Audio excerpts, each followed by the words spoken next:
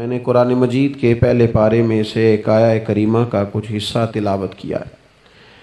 اللہ کریم نے ارشاد فرمایا کہ فَكُلَّمَا جَاءَكُمْ رَسُولٌ بِمَا لَا تَهْوَىٰ، فرمایا تو کیا جب تمہارے پاس کوئی رسول وہ چیز لے کے آ جاتے ہیں جو تمہارے نفس کی خواہش نہیں، پیغمبر ایسی چیز تمہارے پاس لے آئے جن کو تمہاری خواہش، تمہارا نفس قبول نہیں کرتا،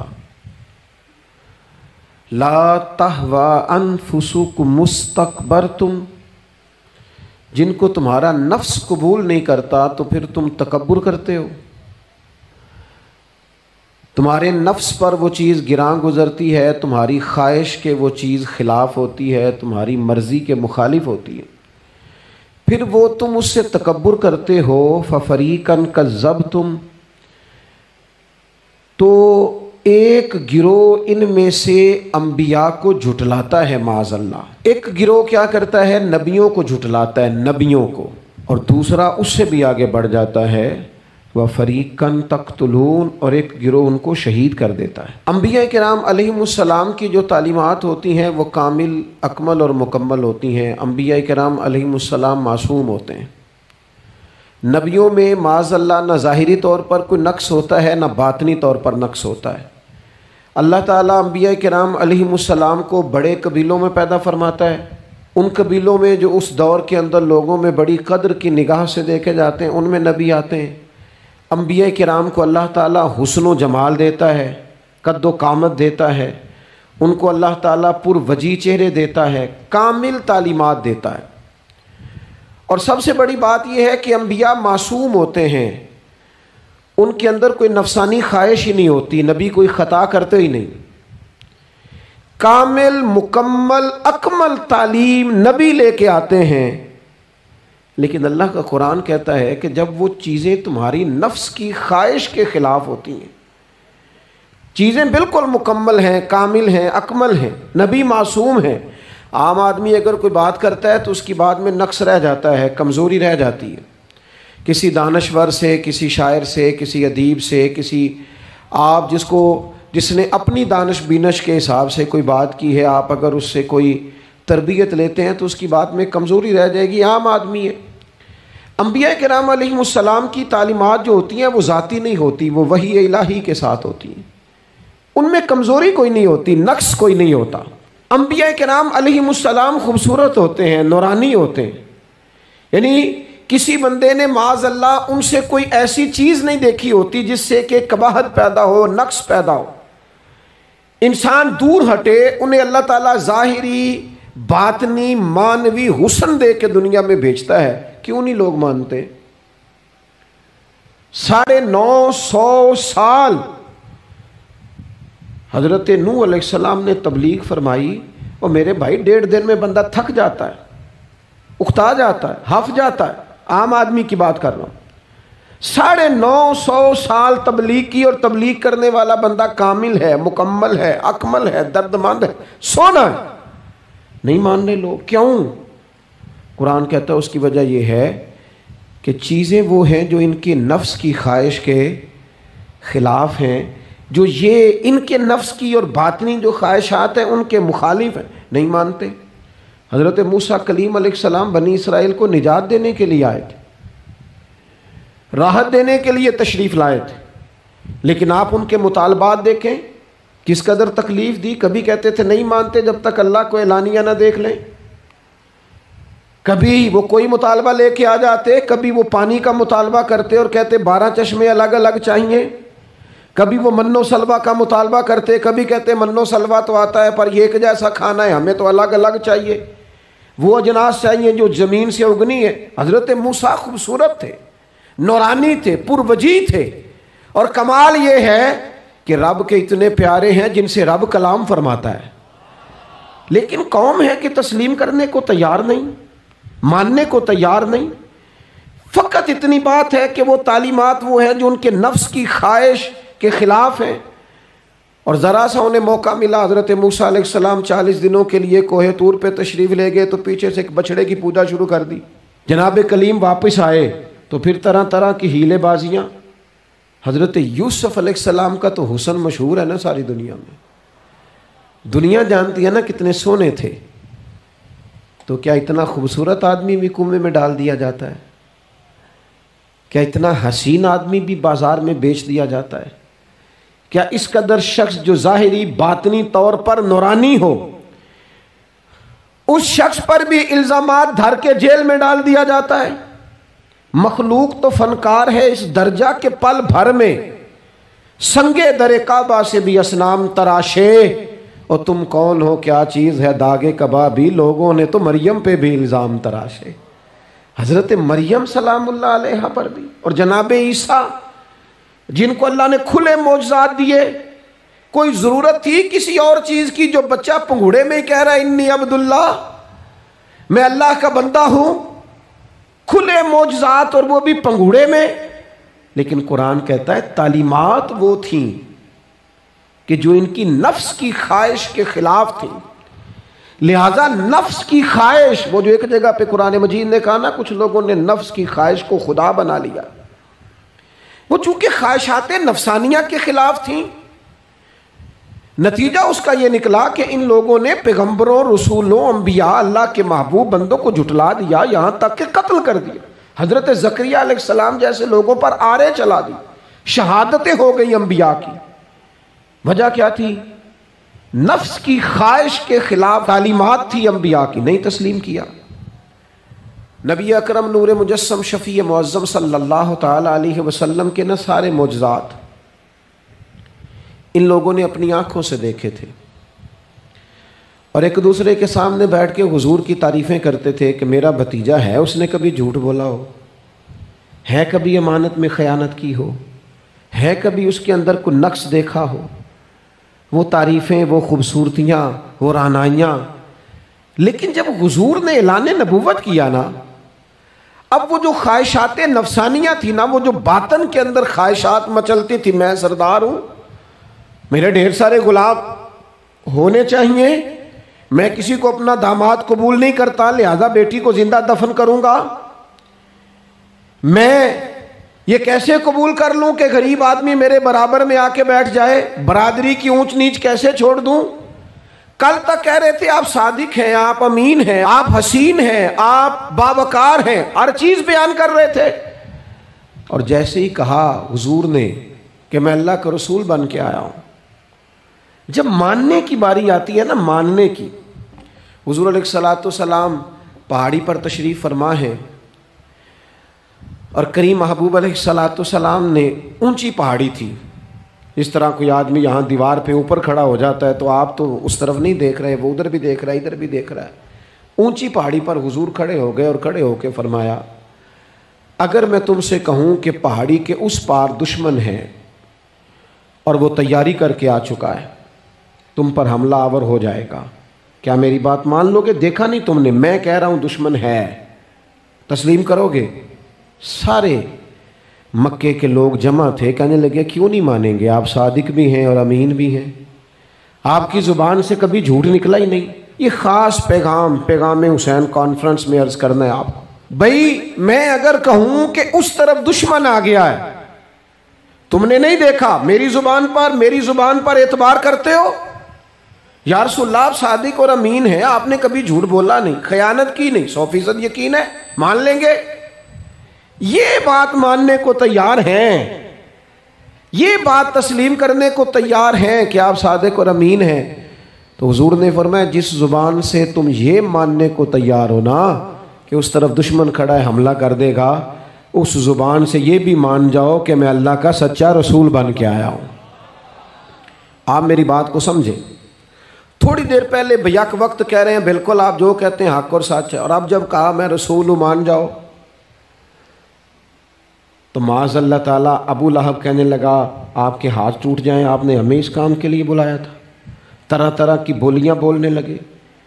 جب مفادات پر چوٹ لگتی ہے، جب خواہشات نفس کو چھوڑنا پڑتا ہے، جب ذرا اپنی طبیعت پر کچھ چیزیں بوجھ بنتی ہیں، میرے اصحاب قبلہ عالم فرمایا کرتے تھے ہمارے دشمن جب ہم پر تنقید کرتے ہیں تو کئی باتیں غلط بھی کرتے ہیں لیکن کچھ باتیں ٹھیک بھی ہوتی ہیں، بجائے اس کے کہ ہم اسی وقت اٹھ کے قبول کریں، تسلیم کریں کہ جناب یہ بات جو آپ نے کیا یہ بالکل ٹھیک ہے، میں کھلے دل سے اس کو قبول کرتا ہوں. اتنی جرت کون کرے؟ اتنی ہمت کا مظاہرہ کون کرے؟ وہ چیزیں جو ہمارے نفس کی خواہش کے خلاف ہوتی ہیں ہم قبول کرنے کو تیار ہی نہیں ہوتے.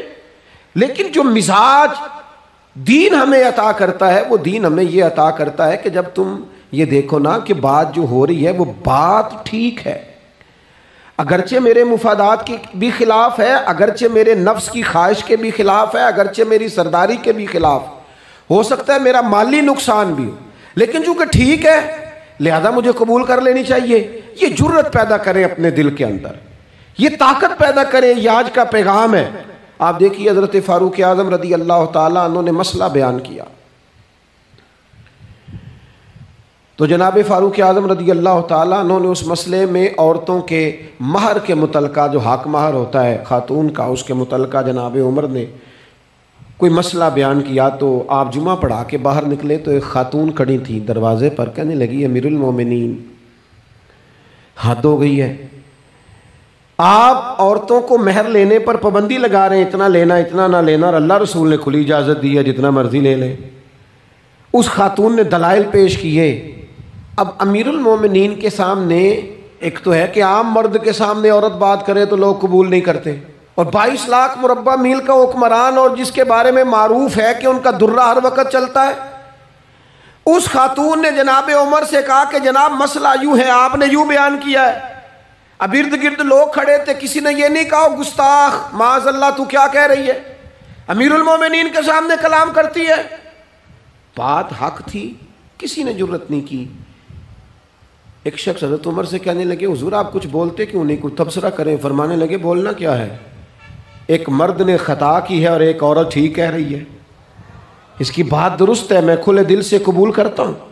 نفس پر گرچہ چوٹ لگتی ہے اسے قبول کریں. کیوں حق کے معاملے میں حضرت صاحب بندے بڑے اچھے ہیں، قبلہ بڑے نفیس آدمی، اور جناب ان کی طبیعت بڑی اچھی ہے، تو پھر آپ قبول کر لیں ان کی بات کو. کہتے ہیں آپ دعا کریں میرے لیے میں قبول کر لوں، آپ دعا کریں میں ٹھیک ہو جاؤں. او خدا کے بندے، جسے تو ٹھیک سمجھ رہا ہے اس کی بات کو قبول کر، اس بات کا قائل ہو جا، اس پر عمل کر. ہمارے مزاجوں میں وہ جو نفسانی خواہشات کا غلبہ ہے آج بھی پوری طرح وہ ہمیں اپنی لپیٹ میں لیے ہوئے، ہم سمجھنے کو تیار نہیں ہوتے. حق حق ہوتا ہے، اور جب حق واضح ہو جائے پھر نفسانی خواہشات کو نہ دیکھو.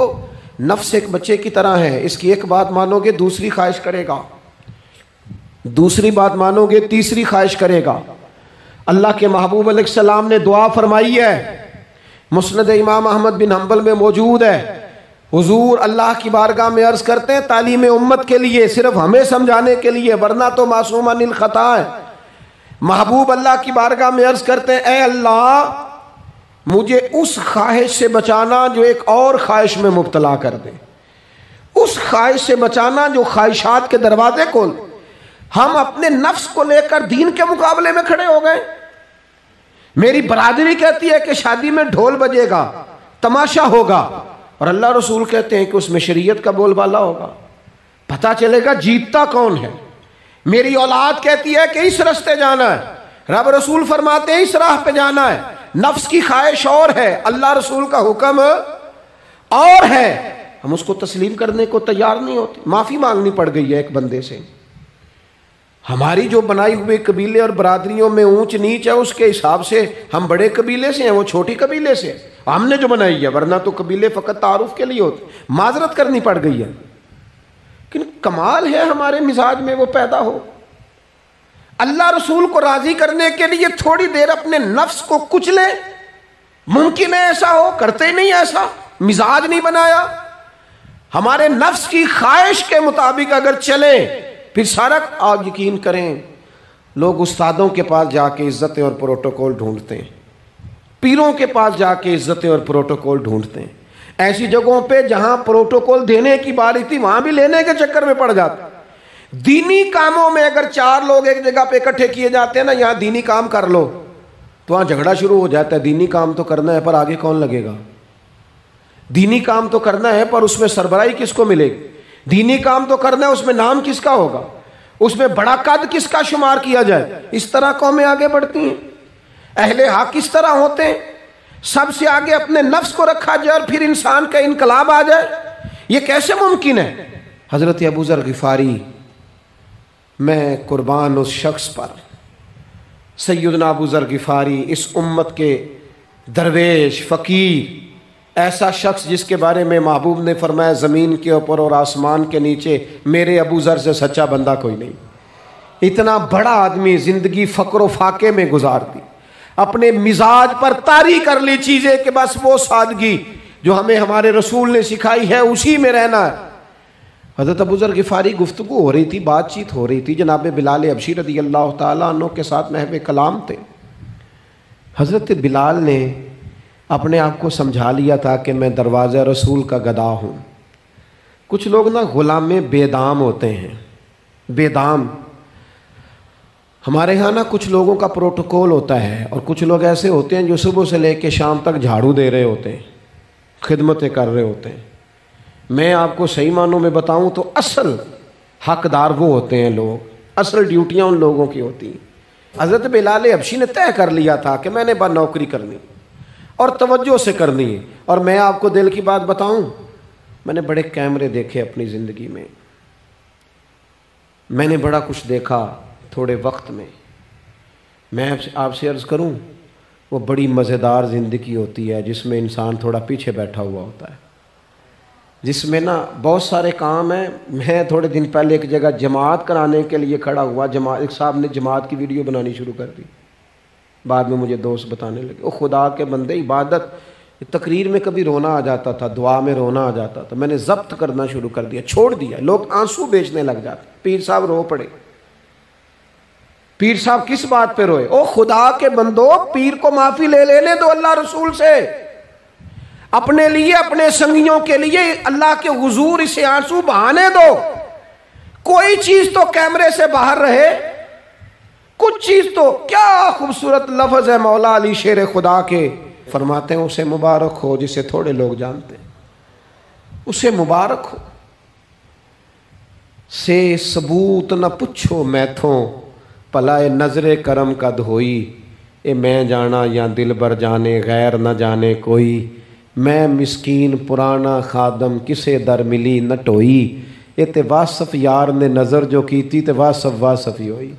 یہ تو اس کا فیصلہ ہے، ہمارے لیے مقام شکر ہے، ہر مقام پر شکر گزار ہیں، عاجزی کرتے ہیں، لیکن جو معاشرے کا ماحول بن گیا، یعنی ایک بندے سے بھی آپ بغیر کیمرے کے ملاقات ہی نہیں کر سکتے۔ وہ زیارت کرنے آتا ہے اور وہ ساتھ کہتا ہے 30 سیکنڈ کا میں نے کلپ بھی بنانا ہے، بس تو زیارت ہو گئی، بس ختم ہو گئی بات۔ یہ کون سی زیارت ہے جو تو نے قید بھی کرنی ہے ساتھ؟ خدا کا خوف کریں، کیا کس طرف ہم جا رہے ہیں؟ بہرحال عام دام برسر مطلب، حضرت بلال حبشی نے طے کر لیا تھا اپنی زندگی میں سادگی، پیچھے پیچھے رہنا ہے۔ وہ شہرت سے بچنے والا پیچھے پیچھے رہتا ہے، اور میرا جی چاہتا ہے ساری غزلیں اس ظالم کے نام کریں۔ کچھ لوگ طے کر لیتے ہیں میں نے پیچھے پیچھے رہنا ہے، ان کے اعلان کیے جاتے ہیں، بلایا جاتا ہے، پھر بھی پیچھے نکل جاتے ہیں۔ جو عرض کرنا چاہتا ہوں، حضرت سیدنا بلال حبشی نے طے کر لیا تھا۔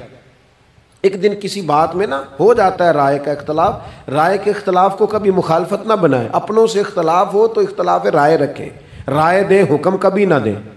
ہمارے یہاں لوگ حکم دیتے ہیں، رائے نہیں دیتے، بعد میں ادھر ادھر بیٹھ کے شکوے کرتے ہیں، دسو جی میری منی نہیں، وہ بھی تیرے سے مشورہ لیا تھا، قبول بھی ہو سکتا ہے، رد بھی ہو سکتا ہے، ختم ہو گئی بات۔ کسی بات میں جناب ابو ذر غفاری کا اور حضرت بلال حبشی کا رائے کا اختلاف ہو گیا۔ اب حضرت بلال حبشی غلام ہے، جناب ابو ذر بڑے قبیلے سے، تو جناب ابو ذر غفاری نے بات کرتے کرتے حضرت بلال کو کہہ دیا، او ابشن کے بیٹے، تھے بھی وہ ابشن کے بیٹے، لیکن حضرت بلال کے دل کو تکلیف ہوئی۔ بعض لوگ کہتے ہیں میں نے سچ ہی بولا ہے، سچ اپنے بارے میں بولنا، تو دوسروں کے بارے میں سچ بولتا ہے، اپنے بارے میں بول، صرف تو دوسروں کے لیے بولے۔ او جی میں نے سچ ہی تو بولا تھا، سچ بولنے کی بھی حکمت ہے، سچ بولنے کی سب سے بڑا سچ کسی کو اللہ کی طرف بلانا ہے، اور میرا رب فرماتا ہے ادعو الی سبیل ربک بالحکمہ، کسی کو اللہ کی طرف بھی بلاؤ تو دانائی کے ساتھ بلاؤ، حکمت کے ساتھ، سب سے بڑا سچ بھی بولو تو دانائی کے ساتھ بولو۔ تو نے سچ بولا ہے اور تو نے لوگوں کا کلیجہ چیر کے رکھ دیا ہے. یہ کیا انداز ہوا تیرا سچ بولنے کا؟ یہ کیا طریقہ ہوا؟ حضرت سیدنا بلال حبشی رضی اللہ تعالیٰ عنہ کو جناب ابو ذر غفاری نے کہا حبشن کے بیٹے بات سچی تھی. حضرت بلال کو تکلیف ہوئی, کونے میں بیٹھ کے روئے, اور غلام روئے اور آقا کو خبر نہ ہو. تڑپے جو ہم یہاں تو مدینے خبر گئی.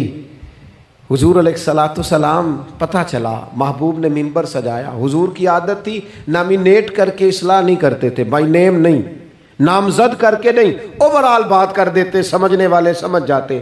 حضور فرمانے لگے لوگوں کو کیا ہو گیا ہے, میں نے تو جاہلیت کی ساری باتیں پاؤں تلے رون دی تھی, ابھی بھی کہتے ہیں بلال کو حبشن کا بیٹا. حضرت ابو ذر غفاری کہتے ہیں باقی تو کوئی نہ سمجھے تو میں سمجھ گیا. بڑا مشکل ہوتا ہے مجمعوں میں اٹھ کے معافی مانگنا. ہمارے ہاں بعض لوگ معافی بھی اس طرح مانگتے ہیں کہ یوں لگتا ہے گن بھی ساتھ پکڑی ہوئی ہے, معافی دو ورنہ گولی مار دوں گا. معافی مانگنے کا بھی طریقہ سلیقہ نہیں آتا. اور دنیا میں کچھ ایسے نفس پرست ہیں, ان کو استادوں سے معافی مانگنے پڑی تو نہیں مانگ سکتے. مشائخ سے معافی مانگنے آتی ہے تو نفس کے بندے بن کے نفس کی غلامی کرتے ہیں, لیکن اپنی عزت کی جگہوں کو بھی درست نہیں کرتے. کتنا بڑا مجرم ہے جو باپ سے بھی معافی نہ مانگ سکے, جو ماں سے بھی نہ کہہ سکے میں غلطی کر گیا تھا. اتنی بڑی نفس پرستی. تو نے آقا بنا لیا اپنے نفس کو اپنا. مجمعوں میں معافی مانگنا, اعتراف کرنا, حق کو قبول کرنا, اپنے نفس کو ذبح کرنا.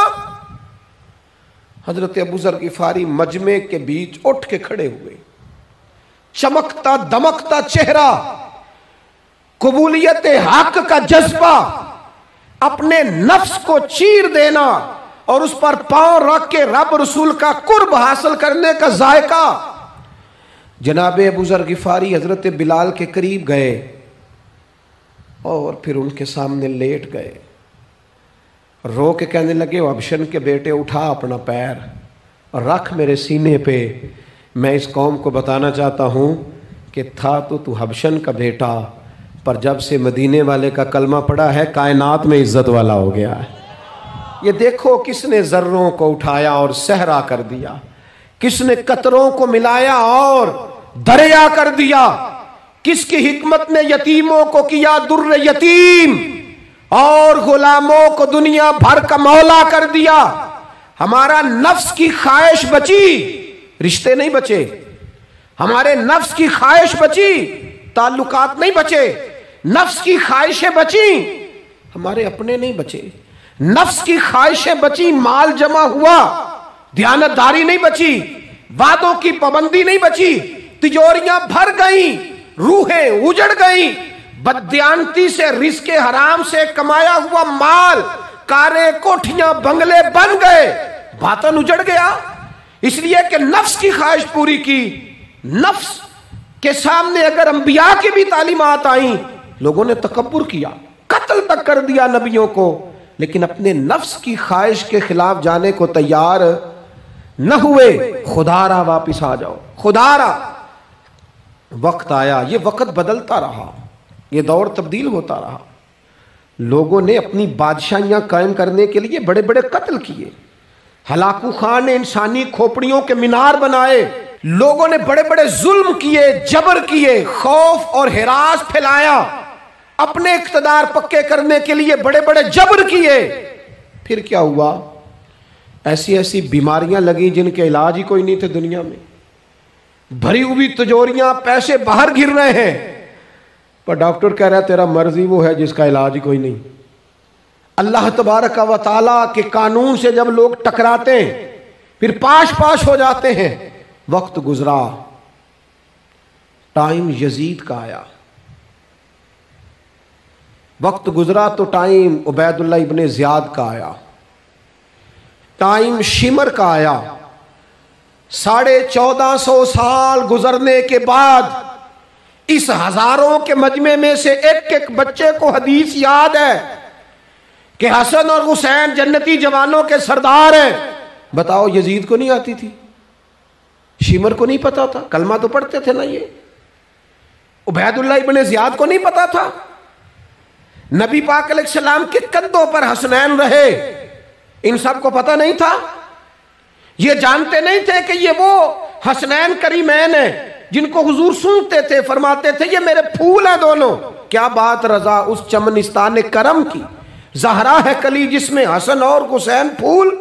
آج 1450 سال گزرنے کے بعد امت کو حدیث آتی ہے کہ نبی پاک علیہ السلام نے فرمایا جس نے حسن اور حسین سے پیار کیا اس نے مجھ سے پیار کیا، جس نے ان سے بغض رکھا اس نے مجھ سے بغض رکھا۔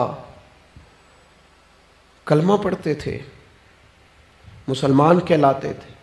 10 محرم کو جمعے کا دن تھا، امام حسین امامہ باندھ کے گھوڑے پر بیٹھ کر خطبہ دینے لگے تو ایک شخص اندر سے بول کے کہنے لگا حسین تقریر لمبی نہ کر، ہمارا جمعہ لیٹ ہو رہا ہے۔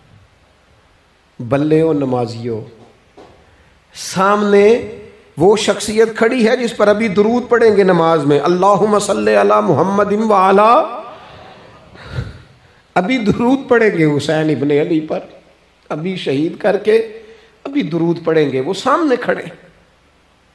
اور امام حسین کا ایک جملہ تاریخ نے یوں لکھا ہے کہ شاید ریت کے ذرے بھی تڑپ گئے۔ امام علی مقام فرمانے لگے مجھے غور سے دیکھو، تمہیں پتہ ہے میں کون ہوں؟ تم جانتے ہو میں کون ہوں؟ نبی پاک نے فرمایا تھا یہ حسن اور حسین میرے بیٹے ہیں کیونکہ میری بیٹی کے بیٹے۔ تمہیں پتہ ہے میں کون ہوں؟ سامنے امام حسین کھڑے، فرمایا مجھے جانتے ہو؟ اور امام علی مقام فرمانے لگے میں تمہارے نبی کا نواسا ہوں، اور آج کے بعد تمہیں کسی نبی کا کوئی نواسا نہیں ملے گا، کیونکہ نبی پاک آخری نبی ہیں، اور جب حضور کے بعد کوئی نبی نہیں آئے گا تو کسی نبی کی اولاد کیسے ہوگی؟ تمہیں آج کے بعد کسی نبی کے نواسے کی زیارت نہیں ملے گی۔ میں کیسے آپ سے یہ بات آپ کو عرض کروں کہ سامنے حسین ابن علی بھی ہوں تو لوگ نفس کی خواہشیں پوری کرتے ہیں، لوگ اپنی کرسیاں پکی کرتے ہیں، لوگ گورنریاں پکی کرتے رہے، لوگ گڈ بک میں جانے کے لیے ایک دوسرے کو شاباشیاں دیتے رہے، جشن ہوتا رہا۔ سب سے پہلے ایک شخص نے امام حسین کا قافلہ روکا تھا، اس کا نام حور بن یزید تھا، سب سے پہلے اس نے روکا تھا، وہ ایک لشکر کا سپہ سالار تھا۔ جب امام حسین رضی اللہ تعالیٰ عنہ نے خطبہ پڑھا نا تو حور یزیدی فوج میں تھا، واپس گیا اور عبید اللہ ابن زیاد سے جا کے کہنے لگا، یا جو بھی وہاں لوگ موجود تھے یزیدی فوج کے، ان سے کہنے لگا تم نے تو کہا تھا کہ صرف راستہ روکنا ہے، تم نے تو کہا تھا کہ صرف ان سے کچھ منوانا ہے، تم نے تو جب مجھے بھیجا تھا تو کہا تھا کہ بس تھوڑے معاملات ہیں، اوہ سچ بتاؤ نبی کے نواسے کو شہید کرو گے؟ تم نے تلواریں نکال لی ہیں، نیزے نکال لیے ہیں، تیر نکل آئے ہیں، تیاری مکمل ہے، مجھے سچ بچاؤ، کیا حسین ابن علی کی گردن پر خنجر چلانے لگے ہو؟ سیدہ فاطمہ کا جگر پارا شہید ہوگا، کیا یہ خبر سچ ہے؟ یوں ہوگا؟ تو کہنے لگے ہاں یہی حکم ہے ہمیں، یہی تیاری ہے، یہی پروگرام ہے، یہی پلان ہے، یہی ہوگا۔ کہنے لگا میں اور آپ تو مدینے والے رسول کا کلمہ پڑھتے ہیں، تو کیا محبوب کے نواسے کو ذبح کرو گے؟ جناب علی اکبر کو جن کا چہرہ رسول پاک سے ملتا ہے، حضرت قاسم بن حسن کو، جناب علی کے بیٹوں عباس بن علی کو، حضرت علی کے بیٹے ابو بکر بن علی کو، حضرت علی کے بیٹے عمر بن علی کو، حضرت علی کے بیٹے یہ بھی 3 کربلا میں موجود، حضرت عثمان ابن علی کو، ان کو شہید کرو گے؟ نے کہا ہاں تیاری ہو گئی ہے۔ تو سب کے ضمیر مردہ نہیں ہوتے، ہاں ہاں بڑی بڑی سخت جگہوں پہ پھول اگتے ہیں۔ حر نے جب ان سے کہا کہ تمہارا پکا ارادہ ہے، کہا پکا ارادہ ہے، تو اس نے کہا یہ زیرہ پکڑو، یہ عہدہ پکڑو، مجھے تمہارا دیا ہوا عہدہ نہیں چاہیے، حسین کے نانا کی دی ہوئی جنت درکار ہے، یہ رکھو اپنے پاس، مجھے تمہارا۔ ایڑی لگائی اس نے اور دوڑا اور امام حسین کے قدموں میں گیا، کہنے لگا حضور میں مجرم ہوں، میں خطا کار ہوں، میں نے سب سے پہلے آپ کو روکا تھا، پر مجھے قسم ہے اللہ کی میں جانتا نہیں تھا ان کا ارادہ کیا ہے. حضور بھول گیا، غلطی کر بیٹھا. یہ انتے ہوں گے، ان کی آنکھوں میں پٹی بندی ہوگی، اور مجھے تو پتہ ہے نا کہ دنیا کو پھر محمد کا نواسہ نہ ملے گا. مجھے خبر ہے اگر معافی مانگوں تو معاف کر دو گے. پہلا مجرم ہوں، میں نے روکا ہے. اگر آ جاؤں تو قبول کر لو گے. یہ ظرف، یہ حوصلے، یہ توانائیاں اگر ہیں تو سیدہ فاطمہ کے دودھ میں ہیں، یہ شیر خدا کی تربیت میں ہیں، یہ محبوب نے جو ان کی زبانوں کو چوسا تو اس کرم میں ہے. حضرت امام حسین نے اٹھ کے سینہ یوں چوڑا کیا، ہاتھ پھیلائے، فرمایا آجا، لگ جانا میرے سینے کے ساتھ، تو آ جانا، تو نے دیر کی، ہم تو پہلے سے منتظر تھے، تو آ جا، تیری ساری معاف ہیں. ہور کے مقدر جاگے. امام علی مقام کے لشکر میں شامل ہوا. بعض نے لکھا ہے جو لوگ ابتدا میں شہید ہوئے امام حسین کی طرف سے، ان میں ہور شامل. خدا را کچھ خواہشات، کچھ نفسانی باتیں چھوڑ دو. سارا دن اپنے آپ کو ہی منواتے رہنا. اپنی ضد کے سامنے لوگ بڑے بڑے ادارے تباہ کر دیتے، بڑی بڑی جماعتیں تباہ ہو گئیں، بڑے بڑے آستانے خیر کے ٹوٹ گئے، لیکن ہماری انا، ہماری ضد، ہمارا تکبر، ہماری اپنے لیے خواہشات یہ ختم نہ ہو سکیں. امام حسین رضی اللہ تعالیٰ عنہ کو جن لوگوں نے شہید کیا انہیں حضور کا خون نظر نہیں آیا، نفس کی خواہشیں نظر آئیں، جائیدادیں نظر آئیں. لیکن پتہ ہے کمال کیا ہے؟ ہمیشہ جو لوگ حق قبول کرتے ہیں نا، اللہ تعالیٰ انہیں یہ عزت عطا کرتا ہے. دو چار باتیں میری ضرور لے کے جانا. یہی لنگر ہے آج پیغام حسین کانفرنس کا. دیکھو آپ کے والد آپ کو جو سمجھاتے ہیں وہ ٹھیک ہے یا جو آپ کہہ رہے ہیں وہ ٹھیک ہے؟ غور کرو. آپ کے اساتذہ اور مشائخ جو آپ کو کہتے ہیں وہ ٹھیک ہے یا جو ضد آپ نے لگا لیا وہ ٹھیک ہے؟ اور سب سے بڑھ کر اللہ رسول کا حکم زیادہ مؤثر ہے یا جو آپ نے اپنی مرضی سے چیزیں طے کی ہیں وہ زیادہ مؤثر؟ اپنی نفسانی خواہشات کو تھوڑی دیر کے لیے کنٹرول کرو، اپنے آپ پر تھوڑی دیر کے لیے پابندی لگاؤ، ایک ایک کر کے اپنی خواہشات کو کچلو. زندگی کے اندر کچھ ایسی چیزیں پیدا کرو جس سے روح تازہ رہے، دل تازہ رہے، طبیعت تازہ رہے، دین بچا رہے. جتنی طلاقیں ہوتی ہیں نا معاشرے میں، ہم سے اگر دن میں 100 لوگ مسئلہ پوچھتے ہیں تو 95 طلاق والے ہوتے ہیں، سوائے اس کے کہ نہ میاں ہارنے کو تیار تھا نہ بیوی ہارنے کو تیار تھی، بالآخر رشتہ ہی ہارا. دونوں کے ہوتے ہوئے بچے یتیموں جیسی زندگی گزارنے لگے. تھوڑی دیر کے لیے لوگ چپ نہیں کیے، سارا کچھ ختم کر لیا. اپنی مزاج کے اندر، اپنی طبیعت کے اندر تحمل پیدا کرو. بردباری، میں ایک دفعہ بہت پریشان تھا، حالات کچھ عجیب رخ اختیار کر گئے، بہت پریشان تھا. تو میں ایک بزرگ کی خدمت میں حاضر ہوا، میں نے کہا دعا فرمائیے گا. تو مجھے کہنے لگے سیدہ زینب کی سیرت پڑھو. تو میں نے پہلے دن آ کے کتاب کھولی نا، تو دربار دمشق میں جو جناب زینب نے کلام فرمایا نا، انسان ٹوٹ جاتا ہے. لیکن انسان حق پہ ہو کے اگر گلا بھی کٹا لینا تو اس کا مزاج طاقتور رہتا ہے، روح طاقتور رہتی. اسے محسوس ہوتا ہے کہ میں کمزور نہیں پڑا. یزید نے جب کوئی بات کی نا دمشق کے دربار میں، تو حضرت زینب پیچھے بیٹھی تھی پردے کے لوگوں کے درمیان. اس نے جب کوئی بات کی تو جناب زینب وہاں سے اٹھ کے، ہماری خواتین ہر بات پہ روتی ہیں، دو کہیں کہ ختم ہی نہیں ہوتے. جناب زینب پیچھے سے اٹھیں پردے کے پیچھے سے، اور جب اپنی گرجدار آواز میں انہوں نے گفتگو شروع کی تو وہاں ایک نابینا بزرگ بیٹھے تھے جو مولا علی شیر خدا کی بارگاہ میں حاضری دیا کرتے تھے. جب سیدہ زینب نے خطبہ شروع کیا نا تو وہ بزرگ چونک گئے، اور وہ نابینا تھے تو ساتھ والے آدمی کا گھٹنا ہلا کے کہنے لگے علی آ گئے دربار میں.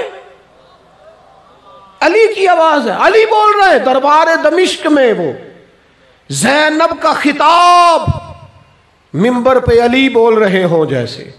علی آ گئے، وہ گرج آواز میں، وہ تنتنا، وہ دبدبا، وہ وفاداری، وہ ان کی بات میں صداقت، کانپ گئی ہر چیز دربار کی۔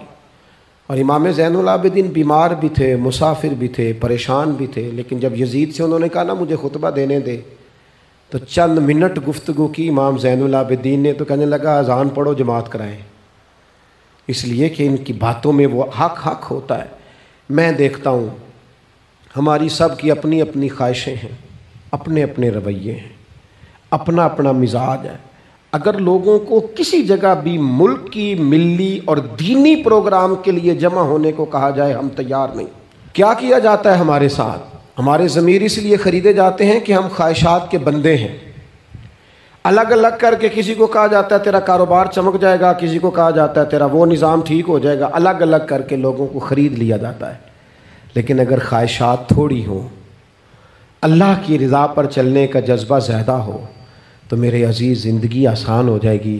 میں تو امام علی مقام رضی اللہ تعالیٰ عنہ اور یزید کے معاملے میں ایک ہی بات سمجھا ہوں، سب کو پتہ تھا یہ حسین ابن علی، سب کو پتہ تھا حق ان کے ساتھ ہے، سب جانتے تھے ان سے زیادہ عظمت کسی کی نہیں، لیکن اپنے نفس کی خواہشوں پر کنٹرول نہیں کر سکے۔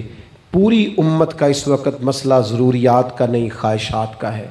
2 قدم پیچھے ہٹیں خواہشوں کے لیے، 4 قدم آگے بڑھیں دین کے لیے۔ 2 قدم پیچھے ہٹیں اپنی خواہشات کو چھوڑیں، 4 قدم آگے بڑھیں ملک کے لیے، ملت کے لیے۔ 2 قدم پیچھے ہٹیں اپنی خواہشات کو چھوڑیں، 4 قدم آگے بڑھیں نظریے کے لیے اور فکر کے لیے اور امام حسین کے پیغام کے لیے۔ آج میں آپ سے گزارش کروں گا، اگر انا بچاؤ گے تو روحانیت نہیں بچے گی، اگر نام بناؤ گے تو کام نہیں ہوگا۔ فاضل بریلوی نے کہا تھا بے نشانوں کا نشان مٹتا نہیں، ہمارا تو مٹتے مٹتے بھی نام ہو ہی جائے گا۔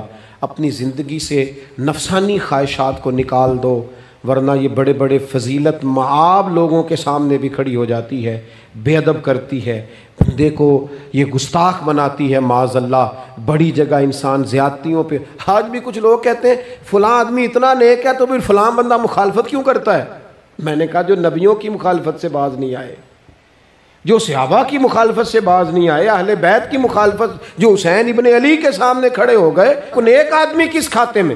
اللہ کا قرآن کہتا ہے یجاہدون فی سبیل اللہ ولا یخافون لومۃ لائم ذالک فضل اللہ یؤتیہ من یشاء۔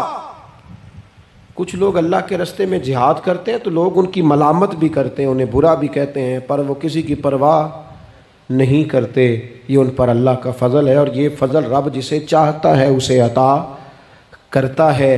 آپ حضرات آج اس محفل سے یہ لنگر لے کے جائیے گا کہ کہیں میری روحانیت کے سامنے میری نفسانی خواہشات تو نہیں کھڑی ہو گئیں۔ تھوڑا سا 2 قدم پیچھے ہٹنا ہے ہم نے، امام علی مقام سے فیض لینا ہے، امام حسین کی عظمتوں کو سلام کرنا ہے۔ سر اٹھا کے جینا چاہتے ہو تو امام حسین کا طریقہ اپنا لو، ان کے رستوں کے مسافر بن جاؤ۔ زندگی وقار کے ساتھ گزرے گی، خودداری کے ساتھ گزرے گی، عزت نفس کے ساتھ گزرے گی۔